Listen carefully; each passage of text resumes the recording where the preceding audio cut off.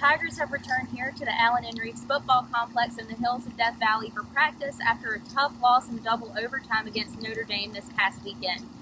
Only having 34 yards on 33 carries, it was the Tigers' second worst rushing performance since Dabo Swinney became head coach in 2008. Coach Swinney said that in previous years, the Tigers had played a lot of guys on the offensive line. However, this past weekend, they just didn't have the depth that they usually do for a top 5 matchup like the one that they had in South Bend. While the young offensive line struggled to show depth at their positions last week, veteran wide receivers Amari Rogers and Cornell Powell both prepared to step up into their roles for an injured team and morale. Both having 100-yard games against Notre Dame, they're ready to do the work so that way they can do it again in Tallahassee whenever they play Florida State. Yeah, that's our move. You already know how Coach Swinney is. Win ship mentality. We're looking forward. We're not thinking about what's behind, what happened in the past.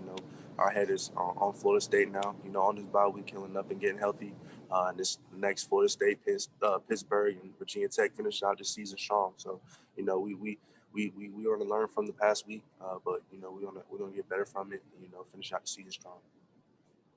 Here's Rogers' take on his and Powell's roles on the team this year and getting to see his teammate shine in his 5th year on the team. It's amazing seeing that. It's his 5th year. He's been here for a long time. He's been very patient. It could have been easy for him to leave, pack his bags, transfer somewhere where it'd be easier.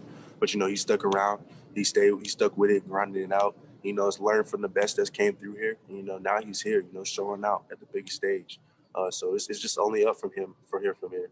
And I'm just excited for him. I'm excited to see what else he's going to put out there this year. We just got to keep grinding, keep taking it day by day. We just going to keep improving.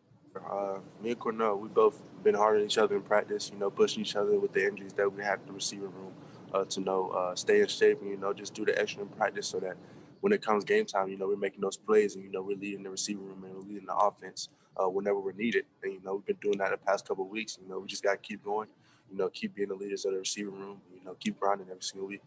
Here in Clemson, South Carolina, this is Emily Spar with the Clemson Insider, and you can keep up with us for all the coverage on Clemson football this 2020 season.